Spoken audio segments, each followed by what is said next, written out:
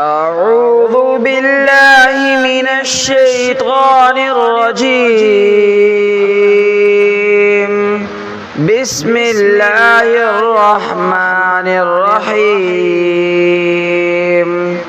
ليس عليكم جناح أن تدخلوا بيوتا غير مسكونة